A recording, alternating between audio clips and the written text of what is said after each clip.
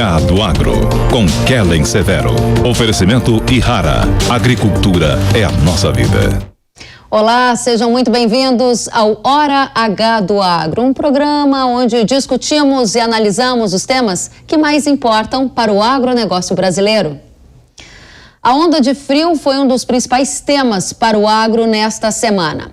Geadas de fraca intensidade foram registradas, você está vendo, em pastagens no Paraná, em lavouras de milho no sudoeste de Goiás. Vamos ver as imagens? Estão aí imagens mostrando essa fina cobertura de gelo.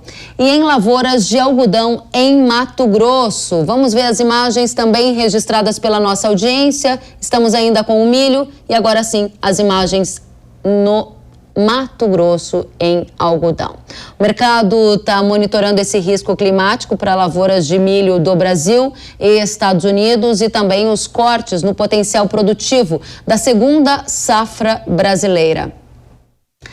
E nos últimos dias, a China autorizou 13 frigoríficos norte-americanos a exportarem carnes para lá. O anúncio gerou expectativas de aumento de competição para a proteína brasileira no mercado asiático. Vale lembrar que a China é o nosso principal cliente na exportação da proteína, sendo destino de 48% do total de carne bovina embarcado neste ano. E no Supremo Tribunal Federal, em um mês, será retomado o julgamento do marco temporal das terras indígenas. Se a Corte decidir pelo fim do marco temporal, parte de áreas com título de propriedade privada poderá ser convertida em território indígena, que saltaria de 14% para 27% do território nacional, de acordo com dados do Instituto Pensar Agro. Para discutir esses e outros temas, vamos conhecer os nossos convidados de hoje. Quero apresentá-los: André Tebastiani, sócio-diretor da Agroconsult e coordenador do Rally da Safra. Seja muito bem-vindo, André. Prazer em recebê-lo. Prazer é meu, Kellen. Satisfação estar aqui nessa roda de debate com vocês. Muito obrigada. Alcides Torres, diretor da Scott Consultoria. Seja muito bem-vindo. Prazer em recebê-lo. Obrigado pelo convite e minhas saudações a todos. Legal, vamos adiante receber também Rudy Ferraz, diretor jurídico da Confederação da Agricultura e Pecuária do Brasil, a CNA. Seja muito bem-vindo, Rudy. Muito obrigado, prazer a todos. Obrigada a vocês pela companhia e eu me dirijo a você, André, para dar início à nossa primeira rodada. As geadas de fraca intensidade atingiram a produção agrícola nesta semana. A gente viu o milho no sudoeste de Goiás coberto por uma fina camada de gelo. Quais são os impactos para a produção brasileira do grão, hein? Pois é, Kellen, esse frio aí pegou muita gente aí desprevenido, principalmente os mato-grossenses, né? Que não estava acostumado a ver frio de 10 até 5 graus em algumas regiões. Mas ainda bem que essa geada foi de fraca intensidade, como você mesmo já adiantou, né? Acho que algumas regiões mais de baixada que acabaram sofrendo um pouquinho mais, e por isso a gente não precisa generalizar que de fato a gente tem um grande problema por conta dessas geadas recentes agora. Eu acho que o problema maior em relação à nossa safra continua sendo a estiagem, né, que afetou aí as regiões centro-oeste do Brasil, e que isso sim, que está tirando a produtividade hoje, e que já fez com que a gente tivesse que reduzir um pouco as nossas estimativas de produção, principalmente quando a gente olha para Mato Grosso, para o estado de Goiás, que é um estado com plantio um pouco mais tardio, e também para o estado de Minas. Vamos esperar para ver o que vai acontecer para frente, mas imagino que não teremos mais ainda outras ondas de frio tão forte. Mas o agro é feito disso, né, de emoções toda semana, e a gente está no campo acompanhando justamente para, assim que tivermos algum dimensionamento desses problemas, trazer para vocês também essa leitura em termos de impacto na safra. Interessante, André, você está dizendo então que as geadas de fato foram de baixa intensidade, também reduzida a abrangência, e que no momento esse não foi um fator para a revisão da produção da segunda safra de milho que está nos campos do Brasil. O que reduziu a estimativa de produção foi a seca. Então, eu gostaria de afunilar um pouquinho mais esse tema com você e entender por que vocês reduziram em quase 5 milhões de toneladas, se eu não estou enganado, os dados com uma projeção ao redor de 87 milhões para a segunda safra. Gostaria que você indicasse para a nossa audiência o tamanho potencial dessa safra e por que essas reduções, se elas vão continuar a acontecer em função da estiagem? Muito bem, Kelly. Eu acho que, para começar, a gente tem que falar dessa safra, fazer uma retrospectiva dela. E quando a gente estava lá em fevereiro, vamos dizer assim, a gente olhava para essa safra de milho e as perspectivas eram as melhores possíveis, porque, de fato, a gente tem um calendário de implantação dessa safra muito favorável. Principalmente quando a gente olha para Mato Grosso, olha para o Paraná, os dois principais estados de produção, e a gente vê o ritmo de plantio, foi um ritmo muito favorável. Se eu comparar, por exemplo, com a safra passada, que tem justamente o cenário contrário, né? A safra passada foi marcada pelo, talvez, o pior plantio de toda a história em termos de atraso, e esse é o contrário, é o melhor início de safra, principalmente para esses dois estados. Se a gente compara, por exemplo, o estado do Mato Grosso, esse ano a gente pode falar que pelo menos 20% ou somente 20% das lavouras foram plantadas dentro de um calendário que a gente chama de médio a alto risco climático, aí, falando do milho segunda safra. Quando a gente olha a safra passada, isso era mais de 50%. Se a gente comparar os dados do Paraná, na safra passada, mais de 80% das lavouras tinham sido plantadas sob risco. Essa safra, estamos falando de 37%. Então, esse foi um bom início, e quando a gente olhava lá em janeiro e fevereiro, os prognósticos para essa safra eram muito favoráveis. Só que ao longo do desenvolvimento da safra, a gente começou a ver um mês de abril muito seco. Em várias regiões aí passaram 30, 40 dias aí sem chuva, e quanto mais se estendeu o plantio, mais prejudicado foram essas áreas. Mesmo o Mato Grosso, com um plantio aí bastante antecipado, está sofrendo, está perdendo produtividade já em função dessa estiagem. A gente está rodando bastante o Mato Grosso, com as equipes do Rádio da Safra fazendo esse levantamento, e de fato a gente vê que já há perda, sim, no estado do Mato Grosso. Porém, as perdas maiores hoje, eu diria que está concentrada nos estados de Goiás e no estado de Minas Gerais, que são os estados que, quando a gente compara o ritmo de plantio desse ano com a safra passada, eles estão iguais ou ainda atrasados. Porque a gente tem que lembrar que quando a gente estava colhendo a soja esse ano, começou a chover nesses estados. E isso atrasou um pouco da colheita da soja e depois acabou estendendo também o período de plantio de milho. Então, essa é a razão pela qual a gente fez uma revisão agora nos números em termos de potencial produtivo. Eu poderia dizer que com esses 15,8 bilhões de hectares plantados que a gente tem, a gente poderia produzir, sem dúvida alguma, mais de 92 milhões de toneladas. A gente já trouxe esse número para 87,6, mas temos que lembrar que tem muita coisa pela frente ainda, né, Kelly? A gente está começando agora em algumas regiões, timidamente, a colheita. Essa colheita vai se estender bastante. Muitas regiões precisam de chuva aí, para não só encher grão, mas algumas regiões até para ter o pendoamento das lavouras. E é importante agora acompanhar, inclusive, essas questões de geada, para ver quanto que isso pode afetar o desenvolvimento dessa safra. Muito bem, muito obrigada, André. Então, trazendo uma revisão na perspectiva de produção da segunda safra de milho, prioritariamente causada por escassez de chuvas em áreas, como o André citou, de Goiás, Minas Gerais e também Mato Grosso, agora sinalizando uma perda um pouquinho mais aguda. Com isso, a Agroconsult revisou o número para baixo e está projetando 87,6 milhões de toneladas. A gente volta a falar sobre grãos, sobre milho com você já já. Agora eu gostaria de trazer você, Alcides, para a conversa e focar num noticiário que gerou uma certa especulação por parte da nossa audiência de pecuaristas, que é a informação de que a China autorizou nesta semana 13 frigoríficos norte-americanos a exportarem carnes para lá, para o gigante asiático. Esse anúncio gerou expectativas de que o Brasil vai ter mais competição lá no mercado asiático. Isso pode diminuir as exportações de carnes do Brasil, na sua avaliação? Que tipo de impacto isso tem para os brasileiros pecuaristas? Bom, vamos lá.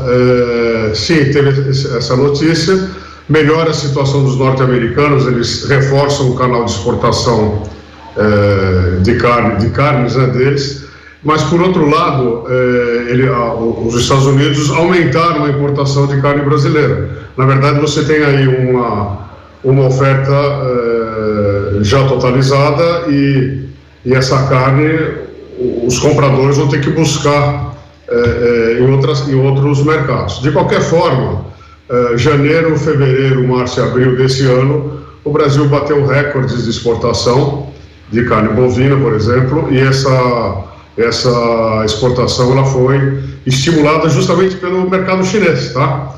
Então a gente acredita, se não acontecer nenhum fato novo, uma hecatombe qualquer aí que a gente está acostumado a viver todos os anos, a gente deve ainda ter um recorde de exportação de carne bovina. Então, os Estados Unidos exportam para a China e o Brasil importa dos Estados Unidos. Então, o mercado se equilibra novamente. Não é um risco para o ritmo de exportação de proteína do Brasil, que está crescente, conforme você indicou. Está claro para a gente a sua análise. Agora, uma outra questão que importa demais para os pecuaristas, eu gostaria de saber qual é a visão da Scott, é justamente sobre o ritmo de recuperação do rebanho chinês para as matrizes suínas. Como é que está essa situação lá e o impacto para o setor exportador de proteína do Brasil? Vale a gente lembrar aqui para a nossa audiência que por um problema de peste suína africana, recentemente na China, isso gerou uma baita oportunidade de exportação para as carnes do Brasil, não só bovina, certo, Alcides? Isso é verdade.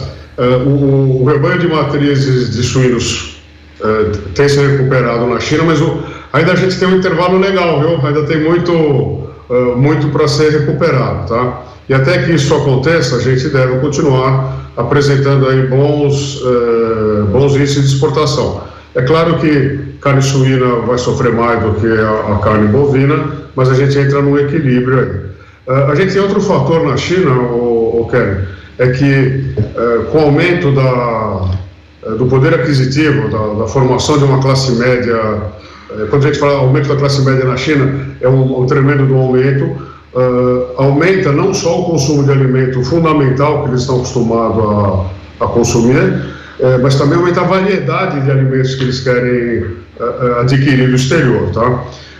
Em que pese tudo isso, a gente anda num momento de insegurança geopolítica, né? A gente está com uma guerra no leste europeu, aquilo pode inflamar e tomar conta de toda a Europa, tá? Esse é um grande temor. Em função disso, todos os países estão estocando alimentos, estocando insumos para a produção de alimentos. E o Brasil, durante a pandemia até hoje, ele tem honrado todos os compromissos de exportação, inclusive para a China, né, o principal cliente brasileiro. Então, nós não acreditamos que esse anúncio venha a prejudicar a nossa situação, mesmo porque provavelmente, uma especulação, essa habilitação das carnes norte-americanas vem justamente, dos frigoríficos norte-americanos, vem justamente já se antecipando a uma dificuldade no futuro com relação ao fornecimento para o mercado chinês. Uma outra conversa para o mercado é que os chineses já conhecem o nosso mercado, sabem que no segundo semestre a oferta cai, o preço sobe, eles já estão procurando outras fontes de fornecimento de carne. É isso aí. Trocando em miúdos, para a gente amarrar esse ponto com você. Se de um lado a abertura de frigoríficos dos Estados Unidos para exportar mais carnes para a China não é uma ameaça direta para as exportações do Brasil, de outro lado há um ritmo de recuperação das matrizes de suínos na China, mas isso não significa que o Brasil não vai conseguir continuar exportando de forma crescente para lá ao longo dos próximos anos, pelo menos foi o que eu entendi que você nos trouxe. De maneira objetiva, isso impacta o pecuarista dizendo que o mercado é promissor ou tem desafios? E para o consumidor que nos assiste, Alcides? Olha, para a exportação o mercado é promissor e com o mercado tão volátil como está, não é uma análise para os próximos anos, é uma análise para os próximos meses, tá? E aí a gente tem aí esse ano em 4 meses, os 4 primeiros meses do ano, parece que passaram 40 anos de dificuldade. Então, o mercado hoje é isso, né? Sim, a exportação a gente deve continuar ainda firme. Vamos ter questões, assim, eu encontrei aqui um fragmento, uma proteína de Covid-19 e não compro mais. São medidas eu comprei carne demais, preciso dar um tempo aqui, vou inventar uma história e não compro mais. Mas o Brasil ainda é o único, vamos dizer assim, um dos poucos fornecedores globais que consegue atender, porque não é só a China, não é? Sim. Nós temos que vender carne para o planeta. Muito bem, ou seja, estruturalmente os fundamentos aí apontam para oportunidades para o agro brasileiro. Agora essa conjuntura que você colocou está cada vez mais complexa e acaba impactando nas decisões de curto prazo também. Obrigada, Alcides. E a gente está aqui para a nossa audiência ficar inteirado ouvindo o André trazer as perspectivas de milho, uma das principais commodities do Brasil, o Alcides trazendo as perspectivas para a pecuária, e agora a gente vai tratar de um tema que importa demais e não é só para quem está no campo, não, é para quem está na cidade também. E esse é um tema que o Rudy vai trazer para a gente, que impacta todos os negócios do agro.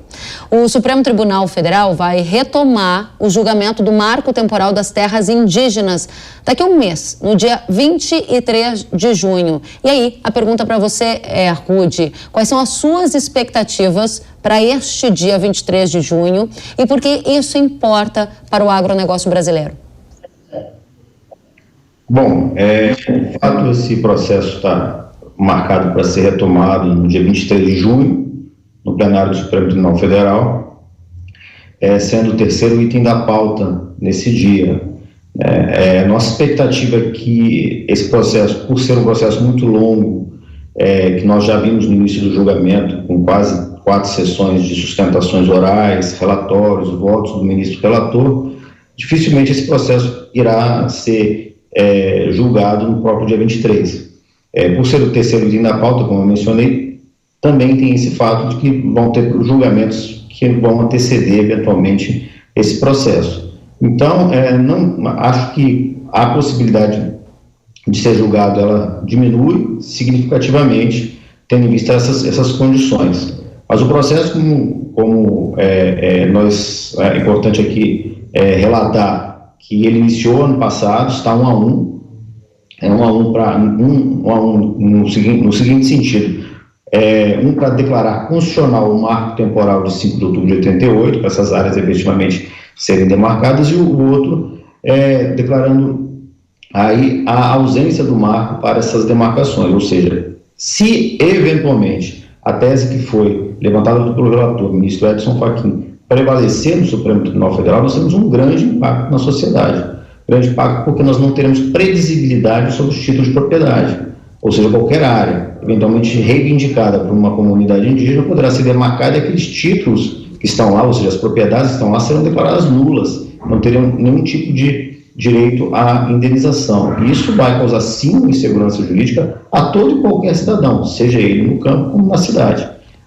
Então, há uma preocupação, sim, desse voto do ministro Fachin prevalecer no plenário. Por isso é um julgamento de grande expectativa ao setor. Muito, muito importante para a gente começar. Então, o Rudy traz essa data de 23 de junho, mas ainda diz que há chances disso não ser julgado no dia 23, a gente vai precisar acompanhar, porque aí vai ficando para as próximas semanas, né?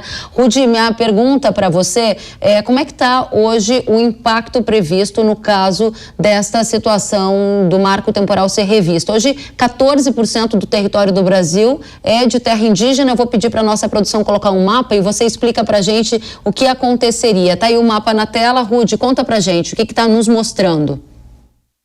Bom, como você mencionou, nós temos 14% hoje de territórios demarcados aí, no Brasil, homologados, né?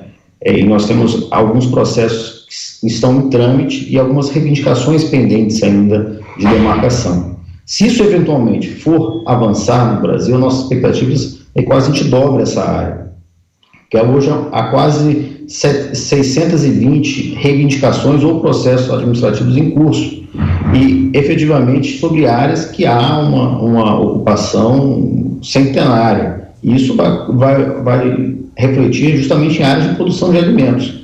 É o que nos causa preocupação, a queda do marco temporal.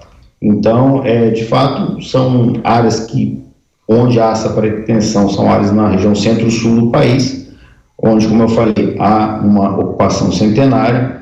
Então, por isso a importância do marco temporal, para garantir, sim, a produção nessas áreas que já estão produzindo aí há muitos anos, muitos séculos quase. Muito obrigada, Rudy. A gente vai voltar com você já para discutir mais sobre este assunto, porque tem muitos desdobramentos. A gente também vai tentar antecipar como cada ministro deve votar, que tipo de impacto isso vai ter e em quanto tempo, já que é daqui a um mês que está previsto o início desse julgamento, né? Vamos adiante. A gente vai para a segunda rodada do Hora H do Agro de hoje e a gente vai avançar em alguns temas, como, por exemplo, a condição da safra dos Estados Unidos. Vamos tratar também de perspectivas para o mercado pecuário do Brasil e avançar para entender os desdobramentos na corte para a discussão sobre terras indígenas, essa regulamentação importante que pode ser revista. Hora de começar? Vamos chamar você, André. E me conte, o Departamento de Agricultura dos Estados Unidos apontou que a semeadura do milho está atrasada, né, em relação à média dos últimos 5 anos. Pelos dados que a gente tem, 49% do milho foi semeado, contra 67%, que é a média dos últimos 5 anos. Esse atraso já significa que a safra dos Estados Unidos vai ser menor, André? Pois então, o mercado está de olho nesse tema, Kellen, porque, de fato, o quadro de oferta e demanda ele é muito apertado. E não só porque a gente está falando de uma safra que está começando atrasada e, teoricamente, ela começa a trazer alguns questionamentos em relação ao seu potencial produtivo, mas também porque a gente está falando de uma safra dos Estados Unidos que está reduzindo a área.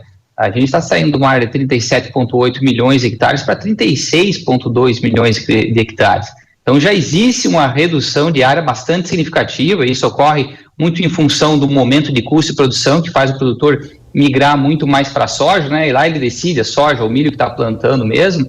E com esse início de safra conturbado, podemos chamar assim, e a gente vê pelos números de atraso, a gente começar a ficar se questionando em relação a esse potencial produtivo. Então hoje a gente está falando de uma safra em torno de 370 milhões de toneladas, que seria a safra dos Estados Unidos, mas o ponto é que não tem mais muito espaço para tirar produção do quadro de oferta e demanda global, porque senão falta milho para atender toda a demanda.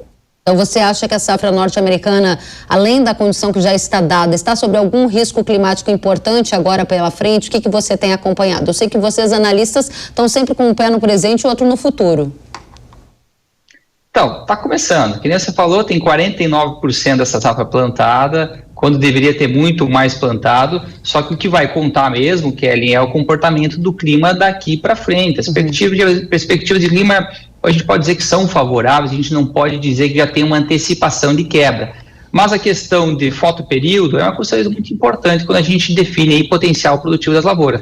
E nós vamos estar acompanhando, sim. Segunda-feira tem mais um relatório de acompanhamento e de evolução de plantio, e daí começa muito o weather market, né, que é o mercado climático americano, e eu não tenho dúvida que se a gente começar a ver alguma condição irregular de clima nos Estados Unidos, a gente vai ter um reflexo em termos de preço imediato, porque o mercado está de olho. Você está mais baixista para a safra norte-americana ou ainda é muito cedo para fazer alguma avaliação mais concreta sobre a produção potencial?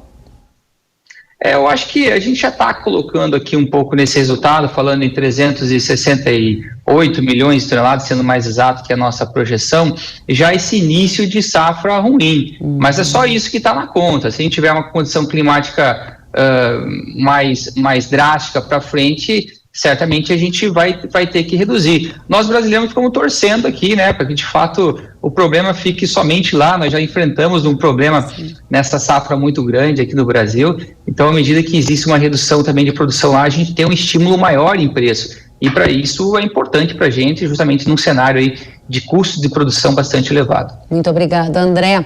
Alcides, eu sei que você aí que lida com o mundo da pecuária está sempre com a orelha em pé em relação às informações do André, que são sobre o milho. Afinal de contas, isso acaba impactando na decisão, por exemplo, de confinamento, né? E justamente falando sobre isso, o Instituto Mato Grossense de Economia Agropecuária, o IMEA, ele informou que em Mato Grosso, o estado que possui maior rebanho de bovinos do Brasil, vai haver uma redução do confinamento em 19,89%. Por que essa redução, Alcides?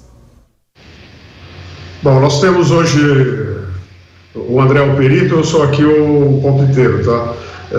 A gente tem hoje no Brasil um aumento de consumo de milho, além de todo esse cenário internacional, tem aumentado 5%, o aumento do consumo interno de milho no Brasil está crescendo a uma ordem de 5% ao ano, tá? E agora com o advento aí das usinas de etanol, consumo de VDG, WDG, isso se consolidou, tá? E o Mato Grosso é um dos estados onde tem uma boa quantidade de usinas de etanol. Então lá o cenário para quem compra milho, né, o confinador, semi-confinador, pessoal de frango e suíno, de preços altos. Eu acho que o André deve até concordar comigo, a gente está com os estoques de passagens bastante reduzidos, então a gente não enxerga, a gente vê, concorda, estreitamento de margem em função do aumento do preço dos insumos. Lembrando que na pecuária de corte, 70% do custo é o próprio bovino, né? Esses preços vieram estilingados esses anos todos. A gente está caminhando agora para um ciclo de baixa de preço, né? Mas como esse tem sido um ano volátil, qualquer previsão aqui ela vale só para hoje, porque a coisa anda medonha, viu, cara? Eu sei que sim. Agora nosso público aqui na Jovem Pan quer entender também como isso se relaciona com o consumidor, né, Alcides? Se a gente vai ter a gente tem uma expectativa de acordo com o IMED, menor confinamento bovino no estado de Mato Grosso. Você está dizendo que os custos de produção estão altos. Conta para nossa audiência como tudo isso impacta a formação do preço para o consumidor de carnes do Brasil. Ele vai continuar pagando mais caro pela carne aqui? E o pecuarista vai ter renda nessa próxima rodada? É aí que está um dos ilhos. O consumidor vai pagar caro pela carne, relativo. O caro e o barato é relativo, né? Mas a elasticidade de renda é um estudo clássico. Aumenta o preço da carne e diminui o consumo. A gente tem menos oferta de carne, então a gente estava aí 30, 32 quilos, caiu para 25, porque o preço subiu e porque a gente tem menos produção, né? A exportação, que respondia por 15% antes da peste suína africana, hoje a gente está caminhando para, a estimativa que a gente tem é 27,5%. Com relação à quantidade de rebanhos confinados, tem fontes que falam que a gente vai fechar 6 milhões e 500 mil cabeças. Esse é um dado das indústrias de produção de ração.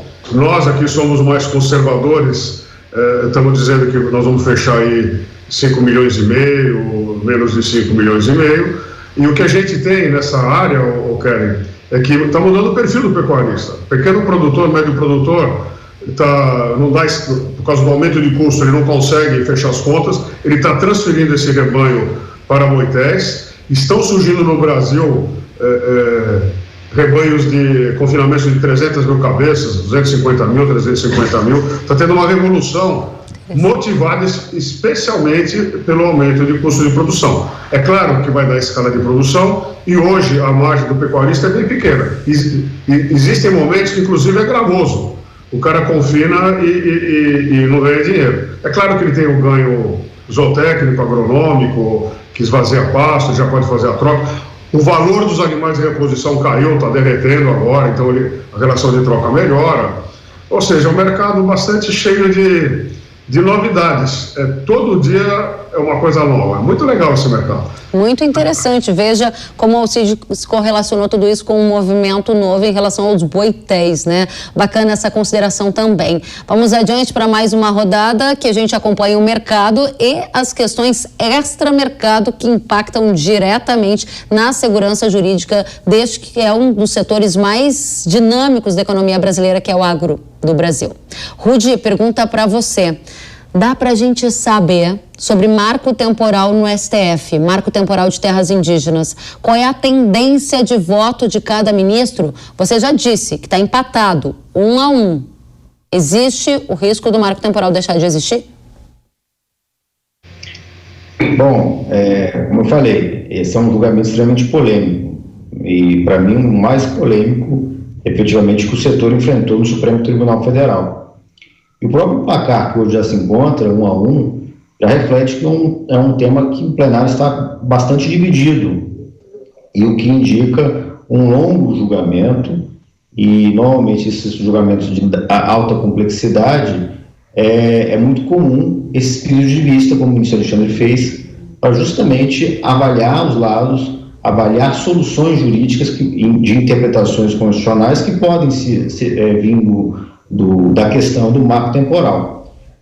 Então, nossa perspectiva é, de fato, um placar apertado, tendo em vista que o tribunal está muito dividido com o tema, seja pelas manifestações anteriores dos ministros, seja também pelas posições muitas vezes exarado em processos de temas correlatos.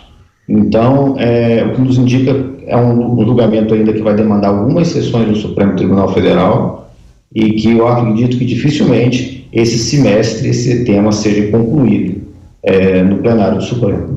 Dificilmente esse tema seja concluído neste semestre no plenário do Supremo. Essa é uma ótima questão para a gente também ter um certo alívio, um respiro, porque é um dos temas mais polêmicos dos últimos tempos, com impacto direto no agro do país. Agora, para nossa audiência entender, vou pedir sua ajuda, Rudy, e da nossa produção, para colocar este mapa aqui. Vamos ver.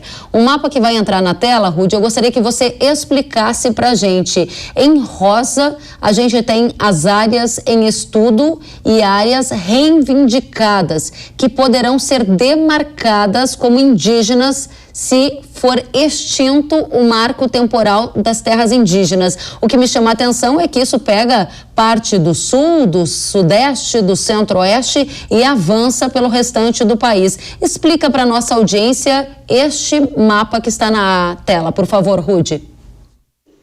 Bom, esse mapa ele explica bastante as áreas já demarcadas, as áreas em processos de delimitação e as áreas declaradas como terras indígenas, que aí são essas cores mais escuras que nós vemos no mapa. Os pontos em rosa são as reivindicações ou processos em estudo, ou seja, são aqueles processos ainda que não foram demarcadas, áreas que onde vão incidir novas terras indígenas se o marco temporal efetivamente não for referendado pelo Supremo Tribunal Federal. Então, pode observar que boa parte dessas reivindicações são na área do Centro-Sul, onde nós temos grande produção de alimentos no Brasil. Então, por isso, a nossa preocupação pela estabilização da jurisprudência do Supremo, ou seja, que é a manutenção do marco temporal de 88, para garantir o quê? A previsibilidade das relações jurídicas e a continuidade de produção de alimentos, principalmente no momento que nós estamos aí fazendo um pós-pandemia e uma guerra que o mundo está enfrentando. Rudy, essa é uma explicação que interessa demais a todos nós. Só para a gente entender, aquela área em rosa do mapa é uma área muito produtiva na agropecuária, né? Dali saem soja, milho, hortifruti e muito mais. Vocês estão vendo em casa, né? Parte do sul do país, parte do extremo do Mato Grosso do Sul, temos algumas áreas ainda do centro-oeste, avançamos, pega até algumas áreas ali, se eu não estou enganada, de Matopiba, assim por diante. Explica pra gente, Rudy, que tipo de impacto sem o marco temporal a gente teria em empregos e alimentos produzidos no Brasil? Olha, os empregos que nós vamos deixar e a produção é um impacto gigantesco. Que, como você bem relatou, todas as reivindicações, que são esses pontinhos em rosa, não quer dizer que aquela área será delimitada, mas que ali tem um processo que efetivamente pode ser demarcado uma terra indígena, que muitas vezes, se você tirar a média hoje, são 10 mil hectares, 20 mil hectares, 100 mil hectares, 200 mil hectares, quase 1 milhão de hectares, muitas terras indígenas. Então, uma área, um ponto desse pode ser uma área gigante em volta ali, e onde, como você bem observou, em áreas com alta produtividade de alimentos, né? Então, os empregos que vão deixar de ser gerados, o impacto para a produção de alimentos vai ser gigantesco, tanto para o Brasil quanto para o mundo. Por isso a importância desse marco temporal. O marco temporal não quer dizer que nós vamos retirar o direito do índio, mas nós vamos o quê? Reconhecer o título de propriedade do produtor rural. E se o governo, efetivamente, quiser promover esse processo de demarcação, que compre do produtor e indenize previamente. Agora, não tome, não retire sem nenhum tipo de indenização. Então, aqui nós não estamos retirando o direito dos índios, apenas condicionando que você implemente um direito sem retirar o outro, que é do produtor rural. Muito bem, obrigada, Rudy, pelos esclarecimentos. A gente acompanha atentamente aqui tanto o Scott quanto o André, quanto a nossa audiência de casa. E eu volto com vocês já para continuarmos com mais discussões. Agora, uma notícia que marcou a semana. O bilionário Elon Musk, considerado um dos homens mais ricos do mundo esteve no Brasil nesta semana para anunciar um serviço que vai conectar a internet a 19 mil escolas rurais em todo o país e monitorar dados sobre a Amazônia. É interessante observar que a vinda de Musk está relacionada com o agro por dois elementos principais. Primeiro, porque há um avanço na educação em áreas rurais remotas com conectividade e acesso à internet que importa demais. E o outro aspecto é que, com tecnologia e monitoramento da Amazônia, a gente pode melhorar a qualidade da informação sobre a questão ambiental no Brasil e, com isso, ter uma melhora reputacional que pode ajudar o Brasil na divulgação dos seus produtos aqui fora da porteira, ou seja, no mundo todo. Esse é um dos assuntos mais tratados no agro brasileiro e no Brasil nesta semana. É hora de começar mais uma rodada de análise sobre o mercado do milho, as tendências para a pecuária e para o consumo de carnes, e ainda vamos analisar os desdobramentos sobre este polêmico julgamento que deve acontecer no STF daqui um mês, que trata do marco temporal das terras indígenas. Vamos abrir a terceira rodada convidando os nossos entrevistados de hoje. André, minha pergunta é para você. Vimos nesta semana que a Rússia rejeitou o pedido da ONU para autorização dos embarques de grãos da Ucrânia. Que tipo de impacto isso gera para os estoques globais que eu ouvi você dizendo que estão em um dos patamares mais baixos dos últimos anos? Que tipo de impacto isso gera para o consumidor também, né? Pois é, aquilo que a gente vinha conversando anteriormente, e o Cid também destacou, né? É mais insegurança que a gente traz para todo o setor no momento de aumento de preços, redução de margens, e a partir do momento que a gente tem um player tão importante, tanto a Rússia quanto a Ucrânia no mercado de grãos, seja para trigo, seja para milho, seja para a gente falar do girassol também, o óleo de girassol, e quando a gente tem esses bloqueios que a gente não consegue também dimensionar por quanto tempo isso vai estar impactando o mercado, a gente traz consequências para o nosso mercado. Se a gente pegar o caso específico do milho, né, safra passada a Ucrânia produziu aí, 42 milhões de toneladas e estava iniciando o plantio agora dessa próxima safra de milho. E é muito difícil você imaginar que de fato vai conseguir fazer o plantio daqueles 5,5 milhões de hectares, né? Hoje a gente já fala que se chegar à metade disso daí é muito. E ainda, se plantar, qual que é a condição em termos de produtividade dessa área também? Então, as perspectivas em termos de produção para essa próxima safra da Rússia são muito pequenas e muito difícil também de mensurar. E o outro agravante é de que o que existe hoje lá, colhido na última safra, que poderia abastecer o mercado, sofre uma série de restrições. E daí eu volto àquele ponto que eu havia comentado anteriormente em relação aos estoques apertados, né? A gente não tem mais muita margem, ou ainda não tem da onde tirar mais milho ou mais trigo para abastecer o mercado. E a gente entra numa safra 22, 23, por exemplo, no qual tudo tem que dar certo, tudo a gente tem que conseguir plantar, o clima tem que ser bom, para que os estoques ainda fiquem muito baixos. Então isso que traz muita consternação em relação ao mercado e muita preocupação, porque as margens hoje de erro são muito pequenas para que a gente consiga abastecer toda a demanda. Muito bem, obrigada, André. Quero saber de você, Alcides. Vi há pouco que a Scott Consultoria divulgou uma estimativa de consumo de carne bovina per capita, né? Você acha que o consumidor vai ter espaço para aumentar esse consumo? Vi você falando sobre renda, a relação disso com o consumo. Tem muita gente reclamando que o custo está alto na prateleira, né? Olha, o custo está alto de fio a pavio, viu? Não é só na prateleira. Olha, eu não vejo esse ano colher de chá para o consumo. A carne deve ficar preço elevado para o consumidor. Você tem inflação, desemprego, né, e um monte de incerteza. Esse é o cenário, tá? De retração do consumo doméstico, tá? Isso é preocupante porque a força do mercado de carne bovina vem no mercado interno, né? Nós somos grandes consumidores de carne, não é? E essa redução faz com que a gente perca alguns mercados. Tem gente que sai e não volta, né? Então, quer dizer, o mercado está conquistado, a coisa está estabelecida, e a gente pode ter um novo cenário. Mas, infelizmente, não existe, no curto prazo, nenhum dado. E ainda, né, a gente tem esse problema do marco temporal, a gente já está com custo subindo, ainda mais um pouco de complicação. Quem que precisa de inimigo com os amigos desses, não é? E o agro é que tem segurado as pontas, então é realmente fabuloso a gente criar internamente mais um grande drama para a produção nacional de alimentos. É só mais uma coisa, o Brasil é um dos poucos países do mundo, a gente tem que produzir 2 safras, depois o André pode me concentrar, nós temos que produzir 2 grandes safras de grãos, de 300 milhões de toneladas aí, para aumentar a oferta de alimento, que nós vamos ter fome, né? A Índia proibiu a exportação de trigo, está todo mundo na retranca. Então a gente tem ainda uma oportunidade para o Brasil, na verdade, né? Cada vez que tem uma crise é uma oportunidade.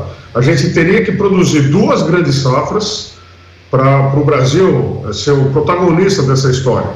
Então a gente precisa de crédito, o plano safra pelas barbas do profeta, não sai, né? Ainda tem um marco temporal. Então, haja tempestade de granizo na cabeça do produtor rural para enfrentar toda essa bronca, tá?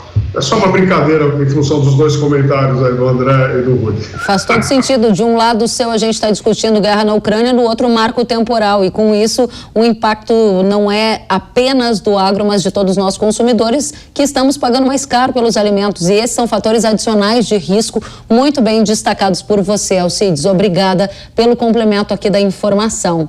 Rudi, esse tema espinhoso está sob sua batuta, né? Quanto tempo esse julgamento deve durar? Você há pouco nos disse que ele não deve terminar no primeiro semestre. Se ele se estender até setembro, quando vai trocar a presidência do STF, pode ter algum revés nessa discussão? Bom, realmente o processo está pautado agora, no dia 23, como eu mencionei. Eu acredito que dificilmente nós conseguimos reiniciar esse julgamento ainda nesse semestre, tendo em vista que ele é o 3º item da pauta, numa quinta-feira do plenário do Supremo Tribunal Federal. O que quer dizer que vem um acúmulo de julgamentos nesse dia e dificilmente pode ser iniciado. A gestão do presidente ministro Luiz Fux, ela encerra em setembro desse ano. E compete ao presidente do Supremo Tribunal Federal marcar o dia e hora para reinício do julgamento do marco temporal. Então, tendo em vista que ele só vai ter mais um mês, no mês de agosto, e dada a complexidade, como eu falei, do processo, que não é em uma sessão, dificilmente esse processo é concluído, é comum vários pedidos de vista. No Código de Proteção nós temos 3 pedidos de vista, então assim, é comum em processos de alta complexidade vários ministros requererem vista só para poder rediscutir o tema, buscar algumas soluções, algum consenso em relação a determinado tema do processo. E em setembro, como você mencionou, a ministra Rosa entra na presidência do Supremo, e nós não sabemos quais são as pautas prioritárias que ela vai colocar dentro do tribunal. Tendo em vista que nós vamos ter um processo eleitoral em outubro, então, e a polêmica do tema, naturalmente, fica para após o processo eleitoral, tendo em vista aí esses fatores que eu acabei de mencionar. Então, nossa expectativa é que, se eventualmente for retomado esse julgamento, eu acredito que seja após setembro, após a posse da ministra Rosa Weber, se efetivamente o processo não for julgado no dia 23. Muito bem. Agora, só para a nossa audiência ficar atenta a todas as nuances. Você está dizendo que não deve terminar no primeiro semestre, que pode levar meses, que pode inclusive passar por uma troca de presidência no STF, enquanto esse polêmico tema estará lá em discussão, e o Legislativo está também acompanhando isso de perto, né? Se a gente tiver uma decisão do STF de revogar o marco temporal das terras indígenas, o Legislativo pode, de alguma maneira, revisar essa decisão, porque o tema também está no Congresso, não está? Boa pergunta. Uma declaração, eventualmente, sobre a constitucionalidade ou inconstitucionalidade do marco temporal pelo Supremo Tribunal Federal nesse julgamento não vincula o Poder Legislativo, que tem a competência própria, que é oriunda da própria texto da Constituição, de criar leis, criar regulamentos, criar marcos regulatórios para regular dispositivos efetivamente dispostos no texto constitucional. E assim um projeto de lei em tramitação, em estado já avançado no plenário da Câmara dos Deputados, que é o PL 490, que ele faz nada mais nada menos do que pegar o entendimento consolidado do Supremo Tribunal Federal em relação ao marco temporal e aplicar na lei, ou seja, ele vai regulamentar o que o Supremo decidiu há 10 anos atrás. O Executivo já o fez através de um parecer vinculante da Advocacia Geral da União. Então, o Congresso está assumindo a sua responsabilidade, está debatendo o tema, construindo o consenso para a solução de todos os direitos, para adequar todos os direitos sem poder retirar um direito do outro. Então, mesmo que o Supremo declare efetivamente a inconstitucionalidade do marco temporal, o Legislativo não está vinculado. Ele poderá sim avançar dentro de um projeto legislativo ou mesmo uma própria emenda constitucional, que também temos tramitando dentro do Congresso Nacional. Então, o que nós defendemos muito é que esse conflito de interpretação seja resolvido no âmbito do Legislativo, porque lá é o local propício para discussão, para dissensos virarem consensos, ou seja, um lugar onde a gente vai conseguir sopesar os dois direitos e achar um meio termo para garantir ambos os direitos sejam implementados. Ou não através do Supremo Tribunal Federal declarando inconstitucional e abrindo um leque de insegurança jurídica no país que ninguém, seja na área urbana ou rural, vai dar segurança de que você é proprietário de alguma coisa. Então, nós defendemos sim esse avanço do debate no Legislativo. Ou seja, tudo isso está caminhando ao mesmo tempo, alguns mais acelerados, outros menos, mas essa é uma complexidade que envolve o tema do marco temporal das terras indígenas. Obrigada pelos esclarecimentos, eu volto com vocês já já. Agora a gente vai falar sobre o índice de confiança do agro. Pois é, apesar de todos esses desafios que a gente está aqui discutindo, há confiança no setor. O índice de confiança do agro da Federação das Indústrias do Estado de São Paulo, a Fiesp, que faz esse levantamento, revelou um aumento do otimismo do setor com 111,5 pontos. Indicadores acima de 100 apontam confiança em alta. O resultado foi puxado pelo setor depois da porteira, aquele que inclui as indústrias, que se destacaram pelo bom desempenho das exportações do agronegócio. Que bom que a confiança está em alta, né? Vamos entender os desdobramentos e os pontos de vista dos nossos convidados. André, conta pra gente. A confiança entre os produtores agrícolas está em alta na sua avaliação? O que a gente pode esperar para a safra 22-23, hein? Vai ter incremento de área? Então, a gente não pode negar, né, Kellen, apesar de todos os desafios, que a gente vive ainda um ciclo bom para a agricultura brasileira, né? A gente vem crescendo ao longo dos últimos anos, todo ano a gente está incrementando a área, seja de soja, milho e tantas outras culturas, e o produtor tem feito dinheiro, sim, apesar de todos os desafios. Agora, o que vem acontecendo nesse momento é que cada vez mais os desafios que nos são colocados são maiores. Tanto é que a gente entra numa safra 22-23 agora com uma expectativa de aumento de custo de produção bastante elevada. Então, os preços das commodities, sim, estão altos, mas a margem final que está ficando para o produtor, ela está começando a achatar. Claro que ela ainda não é negativa, isso é um fator positivo que a gente tem, e quando a gente olha para o índice de confiança, ele reflete muito isso, né? Seja em função de preços em alta, seja em função de todo o desempenho de exportações que a gente está tendo, que é bastante positivo. A leitura que a gente faz ainda para a próxima safra é uma leitura de que sim, vai haver incrementos ainda de área, tanto em soja a gente já está falando dos 41,5 milhões de hectares, o próprio milho, segunda safra, por conta de todo esse cenário atual, deve ainda registrar também algum crescimento. Agora, vão ter adequações, né? Como é a questão de, por exemplo, ajuste nos insumos. Algum ajuste os produtores já estão fazendo com o intuito de segurar um pouco o custo de produção e manter um pouco das margens. E o produtor, ele é muito otimista, isso fica bem claro. Eu rodei agora há pouco o Rio Grande do Sul inteiro, conversando com produtores que passaram por uma quebra gigantesca, eu poderia dizer que é a maior quebra desde 2005, no caso da safra de soja, e quando você começa a conversar com o produtor, ele está olhando para a próxima safra já, tentando encontrar a forma com a qual ele vai conseguir comprar o fertilizante, como que ele vai conseguir renegociar a dívida dele, conseguir o recurso que é mais caro agora e que ele precisa mais para fazer a próxima safra, mas dificilmente vai ter um hectare de soja que não vai ser plantado, isso esquece, não vai acontecer. Então, ou seja, nós não vamos andar para trás, não. A agricultura continua avançando, expandindo em termos de área, expandindo na medida do possível também em termos de tecnologia. E eu acho que isso é o que está refletido hoje no índice de confiança, que mostra que o produtor vai continuar investindo no seu negócio, apesar das dificuldades e incertezas. Muito obrigada, André. Alcides, a confiança está em alta entre os pecuaristas. O que você tem sentido? Confiança em alta, né? Como disse o André, os preços muito bons para as commodities, ninguém pode falar. A gente saiu lá de R$130 a arroba para 230, caiu agora, cotações de São Paulo. Você tem no Rio Grande do Sul, por exemplo, já que ele citou o Rio Grande do Sul, tem arroba de boi lá, que é sua terra, né, Kelly? Boi de 360, 390 arroba, né? Então, tá bom, mas os custos subiram muito, margem apertada, e uma coisa que tem que se destacar, justamente aquele pecuarista que adota mais tecnologia, ele sofre mais com essas altas do preço dos insumos, sabe? Mas a confiança continua alta, como ele falou, não vai sobrar 1 hectare sem plantio e não vai ficar 1 hectare de boi sem pasto, sem boi, né? As coisas continuam rodando. O que a gente tem que cuidar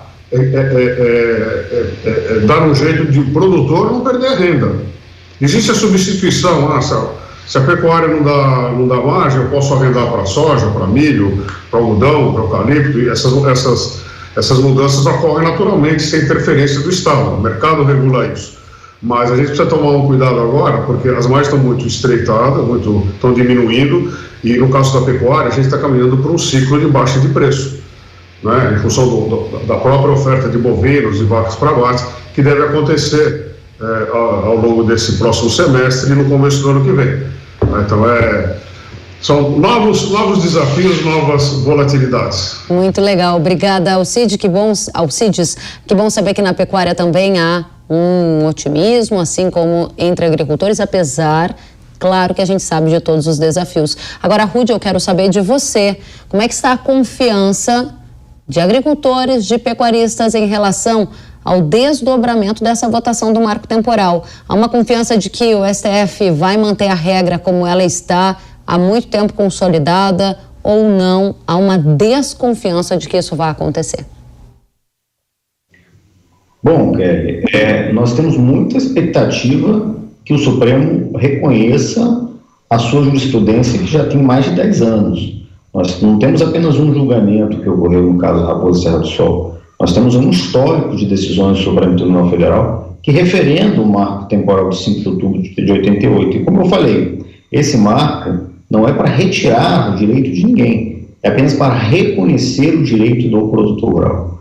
Nada impede de que uma área que os índios efetivamente não estejam lá ocupando em 88, o governo não possa comprar, indenizando prévia e justamente os produtores para poder atender o interesse social. Agora, o que eu não posso é retirar isso sem nenhum tipo de indenização. Isso não pode ocorrer. Por isso que o marco temporal é um importante instrumento de previsibilidade das relações jurídicas. E os ministros do Supremo, eu acredito, são sensíveis a essa questão, porque a derrubada do marco temporal, em vez de solucionar o problema, vai trazer um grande problema para o país. Então, o marco temporal é uma solução de pacificação das questões, inclusive para atender as reivindicações dos índios. Então, nossa expectativa é que os ministros sejam sensíveis a isso e possam aí referendar a sua jurisprudência, que já tem mais de 10 anos no Supremo Tribunal Federal. Muito bem, gente, que discussão excelente por parte de todos vocês. Quero já agradecer os nossos convidados agradecer demais pela companhia. André De Bastiani, sócio-diretor da Agroconsult, coordenador do Rally da Safra. Obrigada por ter vindo, volte sempre. Eu que agradeço aí a oportunidade, convido vocês a seguir também o Rally, que estamos agora com o projeto no campo, levantando informação e certamente vamos trazer novidades sobre a safra de milho ainda. Que ótimo, vamos acompanhar, todos querem saber o que vai acontecer com essa safra de milho tão esperada por todos nós. Obrigada pela presença. Alcides Torres, diretor da Scott Consultoria, agradeço demais também pela presença, volte sempre. Obrigado, Kelly, nós estamos sempre à disposição. E agora eu vou voltar para o meu dia de campo, porque a gente está terminando o nosso encontro de confinamento e recriadores da Scott Consultoria. Saúde e sucesso para todos. Muito obrigado. Obrigada a você, parabéns pelo evento também, por reunir tantos pecuaristas por aí. Rudy Ferraz, diretor jurídico da Confederação da Agricultura e Pecuária do Brasil, a CNA, muito obrigada pela presença, volte sempre. Eu que agradeço, estamos à disposição lá na CNA para poder esclarecer qualquer coisa jurídica e agradeço a presença de todos. Nós que agradecemos. Até a próxima, gente. Vocês são muito bem-vindos para retomarem em novas discussões aqui no Hora H do Agro. E antes de encerrarmos, eu tenho um recado importante para você. Olá, cafeicultor! Hoje o meu recado é para você. Fazer o controle das daninhas no cafezal não é uma tarefa simples, concorda? A gente sabe como é desafiador lidar com essas pragas enquanto o cafeeiro se desenvolve. Mas para te ajudar a produzir melhor, a Yara oferece um portfólio completo de soluções. São herbicidas, fungicidas e inseticidas de alta qualidade para todas as fases do seu cultivo de café. Um herbicida de tecnologia inovadora é Falcon, que combate capim-colchão, capim amargoso e trapoeraba. Falcon é um dos herbicidas do futuro da Yara, que controla até daninhas resistentes antes mesmo de emergirem nas lavouras. Revolucionário, não é mesmo? Para saber mais sobre essa e outras soluções para o café, acesse yara.com.br ou aponte o celular para o QR Code da tela. Na hora H da proteção do seu cultivo, é Yara. Pode confiar. O Hora H do Agro de hoje fica por aqui. Muito obrigada pela companhia de todos. Nós nos vemos na próxima semana. Até lá. Tchau, tchau.